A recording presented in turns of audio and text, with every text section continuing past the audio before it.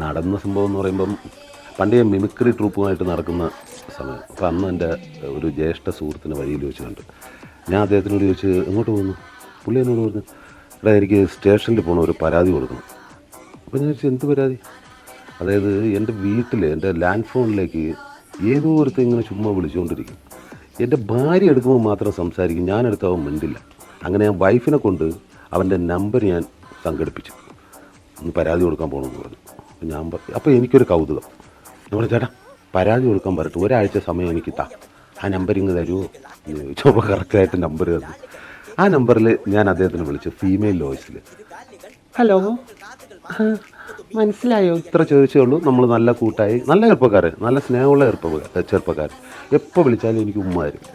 അങ്ങനെ ഒരു 5-6 മാസത്തെ എൻ്റെ മൊബൈൽ ബില്ലും അതുപോലെ തന്നെ കുറച്ച് വട്ടച്ചെലവിനുള്ള പൈസയും പിന്നെ ബൈക്കിൻ്റെ 2 EMI വരെ അവ എന്നെ സഹായിച്ചു.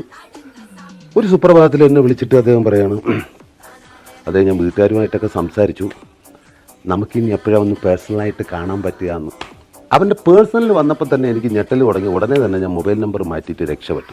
ഇപ്പോഴും ആ ചെറുപ്പക്കാരൻ വിചാരിക്കുന്നു ഏതോ ഒരു പെട്ടെന്നെ തേച്ചിട്ട് പോയി. ഇതൊരു നടന്ന സംഭവം. ഇതിലും രസകരമായിട്ടുള്ള ഒരു നടന്ന സംഭവം ജൂൺ 21 തിയേറ്ററുകളിലെത്തുകയാണ്. കാണാൻ മറക്കരുത്.